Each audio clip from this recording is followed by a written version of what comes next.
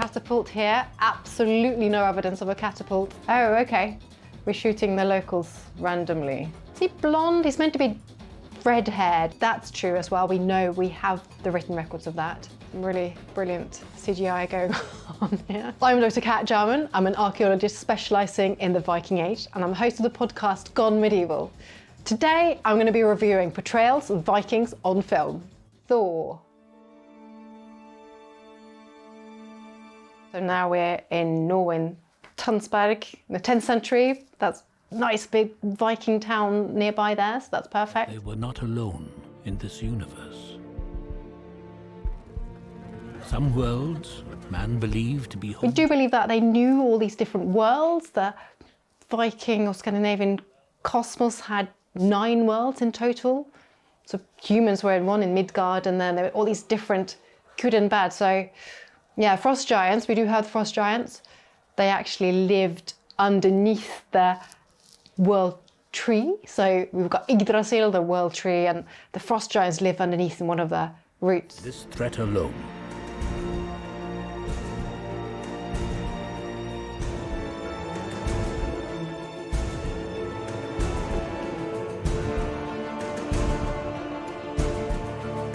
There's definitely this idea in the cosmology of the fight between the good gods and the bad giants that's happening the whole time. Not sure about how they represent it here. We didn't really know what they looked like. Our armies drove the frost giants back into the heart of their own world. So there's no sense of this being different planets at all in the actual Norse mythology. It's all really part of the same thing.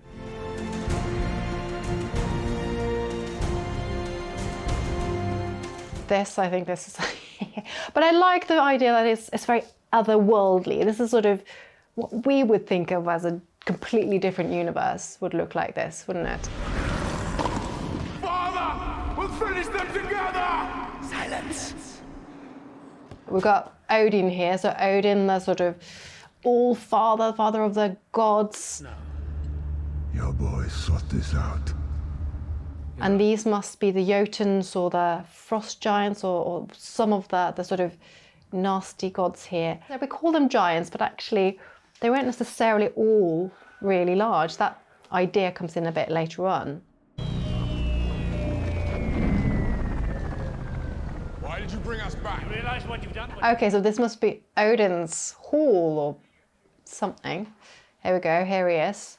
So I like he's sort of shown us an older, wise man, isn't he? And he's sort of, has he got his eye lost? Yeah, so he's one-eyed, he lost one of his eyes.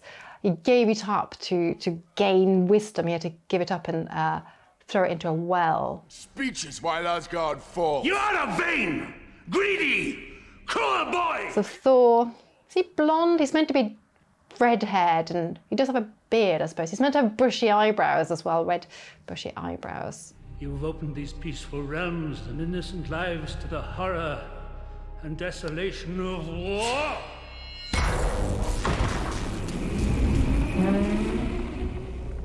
Okay, so he's going to take away his powers. I'm not quite sure what this thing's meant to be.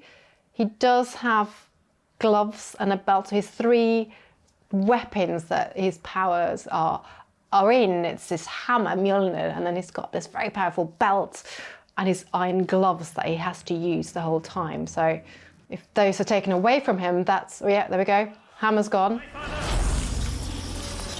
And his father before. I own it, all father. Cast you out! That's not good. 'Cause without them, Thor is pretty much nothing. So what's going to happen with the hammer? I don't know. We know there's various stories about him losing his hammer and it's being stolen by other people, so that does happen. I quite like this idea that the gods are constantly fighting among themselves, because this wasn't really a very nice and peaceful relationship. They weren't just all sort of peace and harmony fighting evil. They had their own personalities and characters, and they did really naughty things. They were horrible to each other sometimes. And you see that reflected in this as well. So that's really taken from the mythology, this idea of actually quite fickle and difficult gods that are actually quite difficult to deal with. Thor's such an interesting character, isn't he, really? Because he's just become this hugely popular, going into Hollywood, into all the different comics.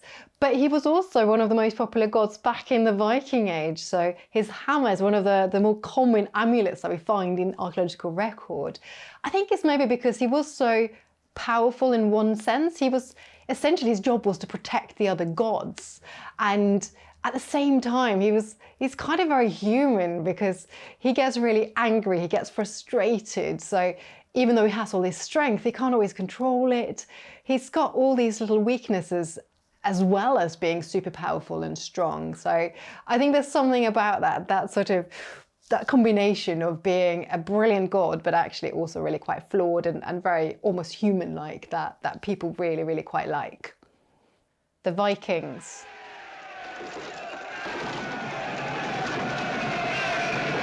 We've got storming of a castle here.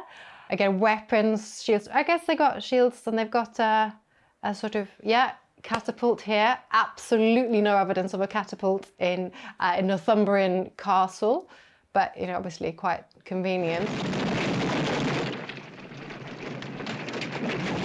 We know that they use things to sort of attack places, but I really don't think you'd have a battering ram that size with wheels. So this is the Northumbrian castle. We do know that there are castles. Banderas Castle is dating from this period. It did not look like that at that time. I can say that for certain. This is more like a much later medieval castle.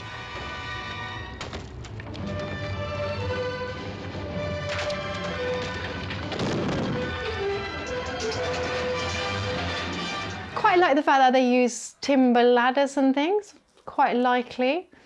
But so these are then the Vikings attacking. Oh, more rocks being chucked around.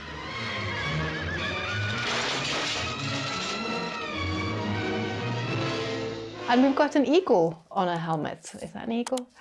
Definitely not anything the Vikings would do. That armor is sort of decorative, isn't it?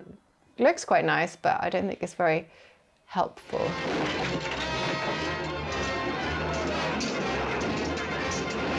Okay, so this looks more like a sort of Roman turtle formation to me than what the Vikings would have done.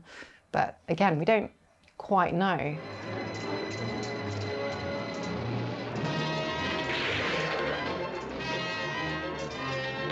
There's lots of archery going on, and actually in this period, don't really think that archery was that common.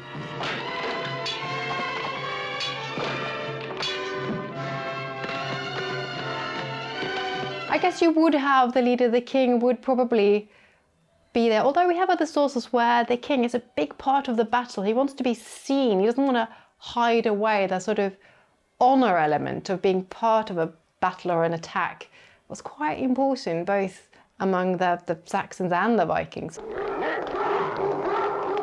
This is going to be the end of Ragnar Lothbrok, I suppose. This is him about to be thrown into a big pit, which has got what looks like starving wolves. So interestingly, in the actual saga of Ragnar Lothbrok, he dies by being thrown into a pit, not with wolves, but with snakes. So that is, in the legend, that is how he dies. So that must be how they've taken it.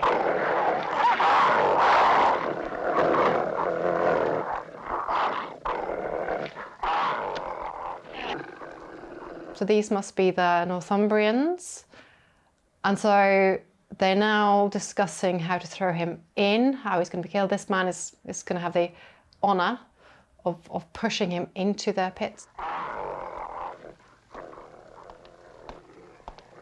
What's going on, what he's wearing? He's got this, it's like a jester's armour chainmail thing going on there. It's got big leg wear.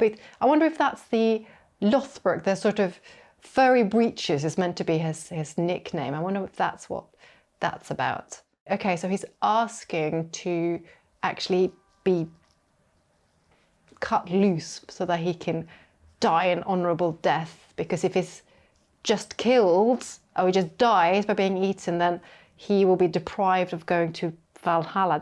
This idea that you only go to Valhalla if you die on the battlefield or in some kind of fight. I'm not sure if just being cut loose and thrown into a pit just counts as being in battle. So that's probably a bit of a loose interpretation of that idea.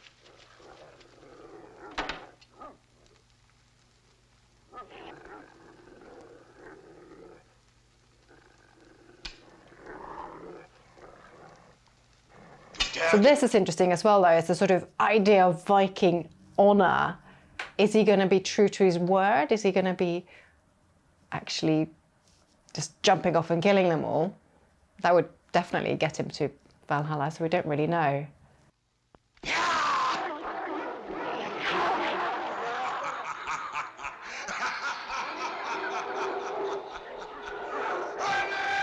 In the actual saga, he then recites this whole poem and he says, "Laughing shall I die." So that's, I suppose, where that comes from. So this was clearly not filmed at a 9th century castle. This is actually filmed at a much later medieval site in Brittany, so really not accurate at all. But the story is set in the last sort of half of the 9th century, and it's following this sort of legendary great army and Ragnar Lothbrok attacking the Northumbrians. We know that they did do this in the 9th century. We know that there was this Viking attack. We know that there are fortified or at least sort of castle-like settlements. There's Banderas, for example. We know that the city of York is one that was attacked as well as a part of that. So I suppose that bit is quite accurate. We seem to be lots of battles between these Viking leaders and Northumbrian kings. So elements of reality.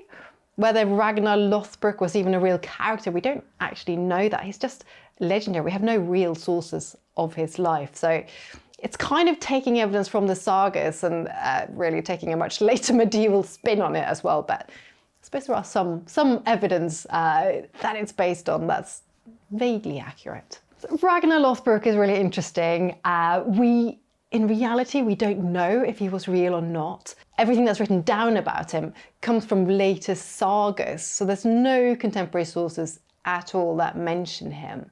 There's some of his alleged children are mentioned in the sources, so there are names that are associated with him, but he seems to be one of these characters who's sort of possibly gone from someone real into the legendary, and then we have these great stories which are, again, picking up bits of truth about the great army, things that we can prove. I hate having to be the person to do this, actually, because I know people love him and people really want him to be real, but I hate sort of bursting bubbles. Unfortunately, we just don't know if he was ever a real person or not. The 13th warrior. I quite like this. It's based on an actual real account. Ibn Fadlan was a real person who wrote this account of traveling among the Rus, these sort of possible Vikings on the Volga River. So he's an Arab, he's a sort of missionary, really. And then he encounters these northerners.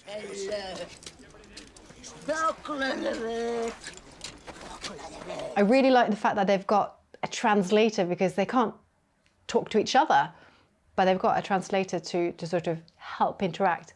That's true as well. We have the written records of that. This is a selection. For some reason, they're going to have 13 warriors. There's no real basis for that. 13 wasn't really a particularly important number in the Viking world. 9 was, but not 13.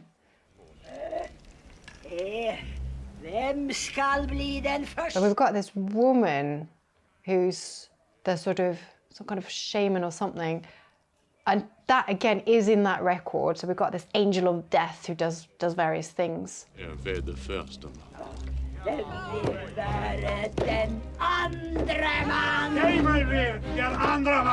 What? Their armor's wild. They're wearing different costume from, some of it is sort of Elizabethan, I think, and some of it is more Roman. But they're speaking different languages. I quite like that. You've got these elements of different cultures, because actually that's what the Vikings did. They did travel east and west. Nummer 13 må ikke være en fra nord. They're in a sort of tent or something. That's, again, from that account of Ibn Fadlan's travels, we know that they had these temporary tent setups along the rivers. So I suppose that's quite accurate. This is the bit before battle. We've got another sort of bear outfit here. I don't know, is that meant to be a berserker as well, perhaps?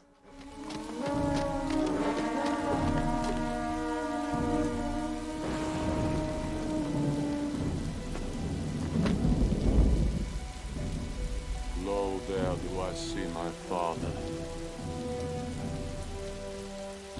Lo, there do I see my mother and my sisters and my brothers. I see my father, I see my mother. So that, interestingly, is actually taken from Ibn Fadlan's account, not from a battle scene, but from a funeral scene, where this slave girl who's being sacrificed is lifted up. And these are the words that she says, and this is a contemporary account. So that's probably the closest we're ever going to get to a sort of wording of a prayer that is exactly in this place and time. In the halls of Valhalla, Where the brave they live. So they talk about going to Valhalla as well. So this idea that you're getting ready for the battle and you may well die, but at least you're going to die in an honourable way. I quite like the fact that we've got this interaction between the Vikings or the Rus or whoever they are meant to be here and an Arab, so somebody from the Islamic world, because actually we have so much evidence now that there is all this contact. We know it from Eastern Europe, we know it from all these settlements and sites there, we know that there's lots of trade going in. We even know that some of the Vikings went all the way to Baghdad and they traded there. And then we have all these objects and artifacts. So we have dirhams, Islamic coins, jewellery with Arabic inscriptions ending up in Scandinavia in really large numbers and in England. So that connection was pretty real. Ibn Fadlan and his travel account give us some really quite unique details about these Rus or the Vikings. And he's the one who talks about them actually having tattoos. So he talks about them having paintings, I think he actually says they're green, on their bodies all the way up to their heads. And he talks a lot about how they keep clean, or actually how they don't. He says they're quite dirty, but he also says they're really tall and really beautiful. And he explains some of their rituals. He describes a funeral, which we don't have any other records of that really. So it's given us some really unique insights into both what they look like and how they behaved. Valhalla Rising.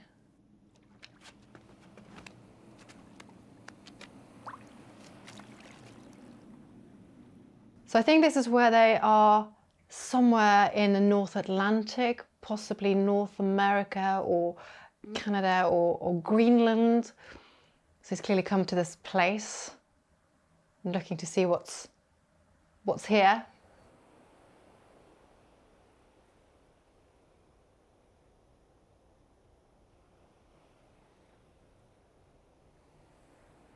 I don't know what it is with his one eye. Presumably that's a reference to Odin. Oh, okay. So here we go. These are the native populations.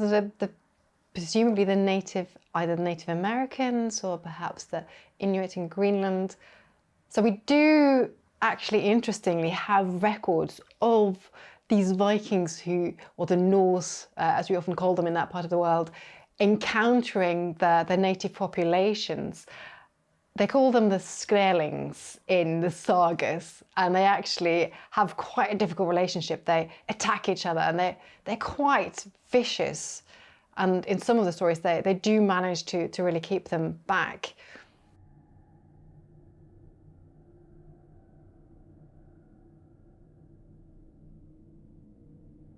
Some of the archaeology is showing that they seem to have traded, they seem to have worked quite peacefully with each other. So who knows, but I can imagine the first time they turn up like this, it's not necessarily the most likely to go well.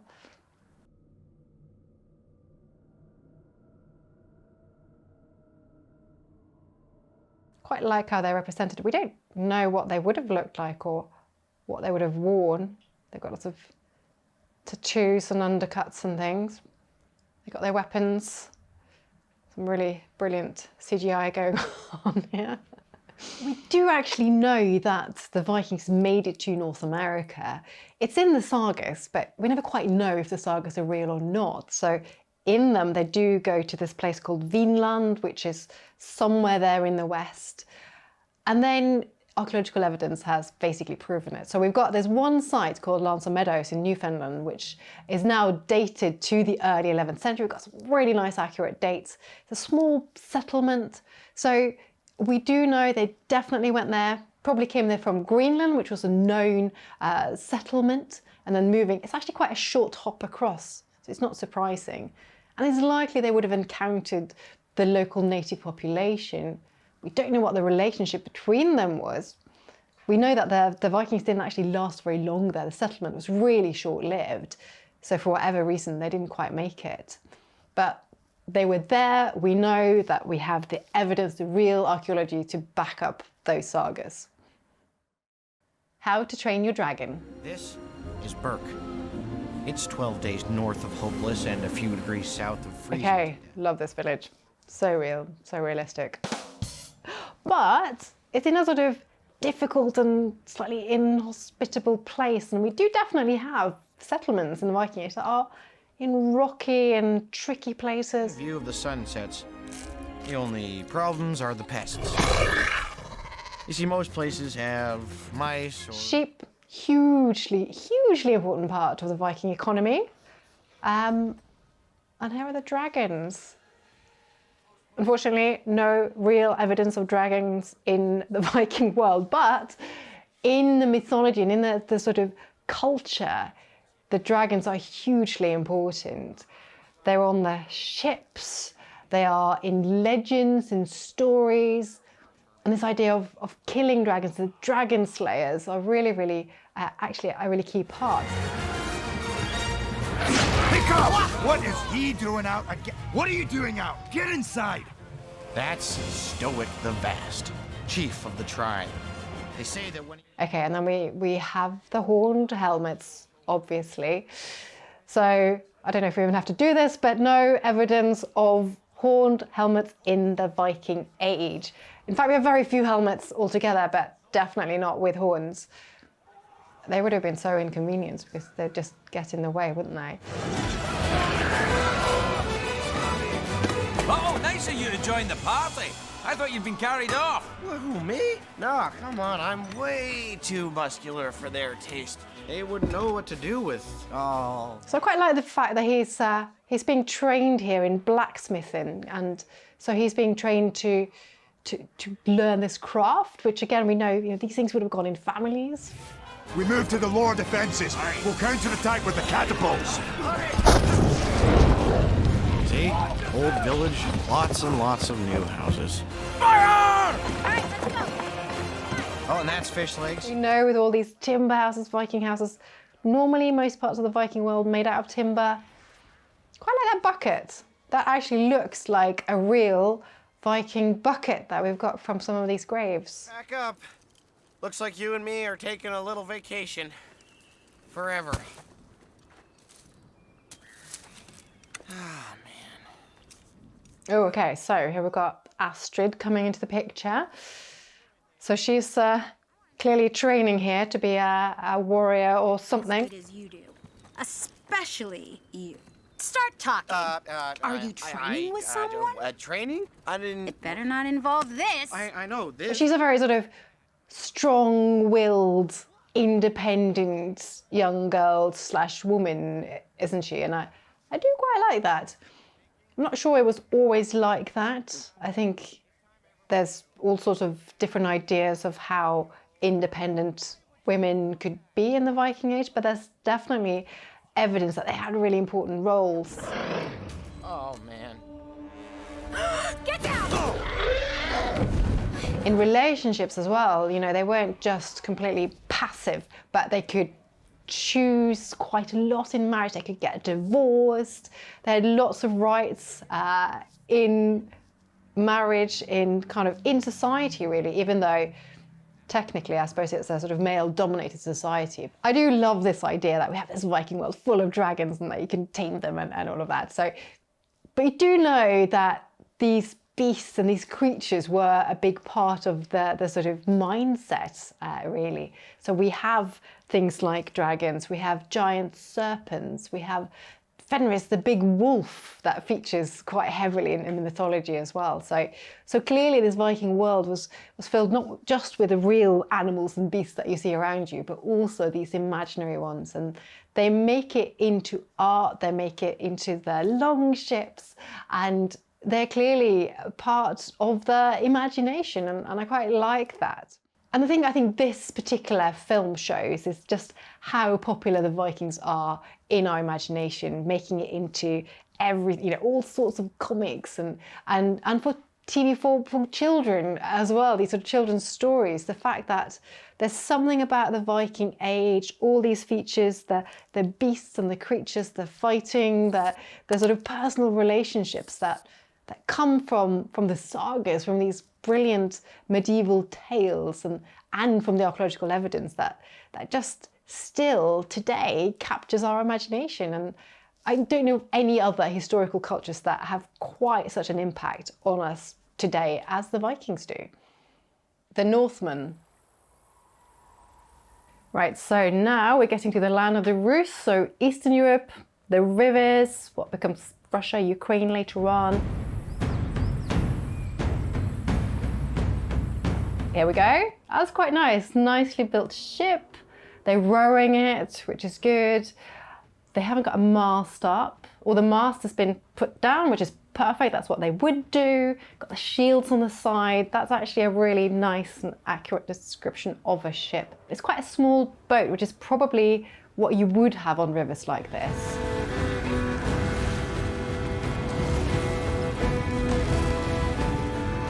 It's very empty. I don't know where all this stuff is. They would have had things, they would have had food, and where's their weapons? Although they do have their chests, so each of them is sitting on a chest that would have had their personal belongings in them. That's absolutely perfect. That's what we know they did.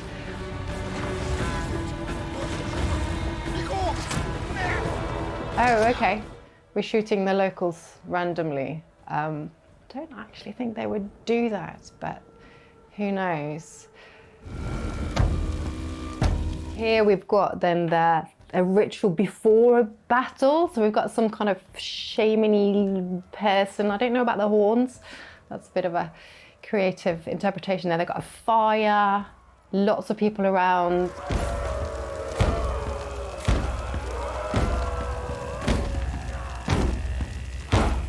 We do know that there are characters called berserkers that wore probably bear skins, and they're doing a bit of a dance here and singing and chanting and shouting. Actually, some experts do describe them as sort of like the haka dance that you get before a rugby match, that they're sort of egging themselves up for fighting. So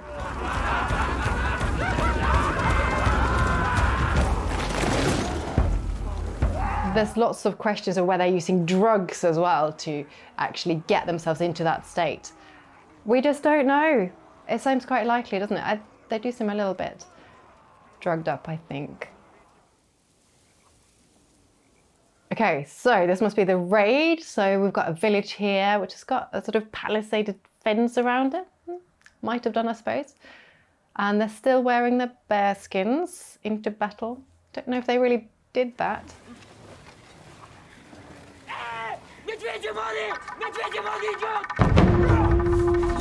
Oh, okay, so we've got a spear thrown from the village and he catches it. That actually comes from one of the sagas, that little idea of a scene there, that an enemy throws a spear and it's being caught and they advance the other direction.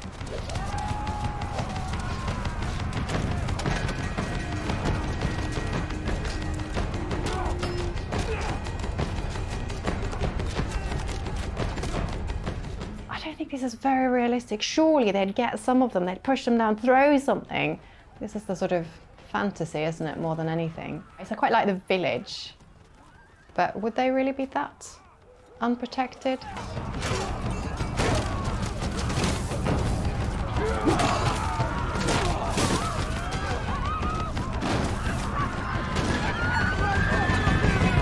Oh, okay, so here come the rest. So that was just the advance party. That's the reason. They've got the sort of shock tactic, I suppose. And then the rest of them come in.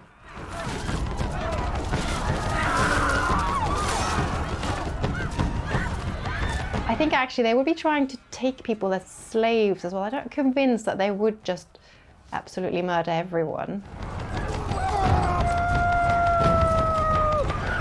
I'm not sure I really think that this is a very realistic. I think this is a bit of a sort of 21st century Viking fantasy, isn't it? This is really great to see that they're in the land of the Rus, so what later becomes Russia and Ukraine. Because in this period, in the late 9th century, we know now that that was a really key part of the Viking world, even if it's not necessarily the first part of it that people might think of. We know that East and West was really well connected and people would travel from Scandinavia all the way down those river routes, and that became a really, really crucial part of even the raiding activity going west. We know that has links to the East as well. So seeing that in a film and such an important part of it, that's brilliant. The berserkers are really interesting. There's a lot of myths and legends surrounding them. The reality is we know very little, and they've got this idea in the popular imagination of being these sort of super brilliant, bloodthirsty warriors. We don't even know what the name really means. We don't really even know if they wore bear skins. It seems to be quite a likely interpretation, but actually a lot of the evidence suggests they're not necessarily that sort of violent raiders, but maybe they're more sort of egging people on and spurring them on, having some sort of I don't know, encouraging function rather than actually being the brutal warriors. But this sort of image of them that we see here is kind of the popular imagined version of the berserkers, but unfortunately we don't quite have the evidence to really back that up. This whole story is based around the character of Amleth, which actually is also the inspiration for Hamlet, which again draws its inspiration from stories written down by Saxo Grammaticus, who was this Danish medieval 13th century monk and historian and writer. So it really has a very old, this whole revenge story that the film is based on has both a sort of reasonably modern and a medieval origin, which is quite fun to see all those different representations of the same story. If you enjoyed this, please also check out the podcast Gone Medieval, where we're covering lots of Viking topics. It's available from History Hit.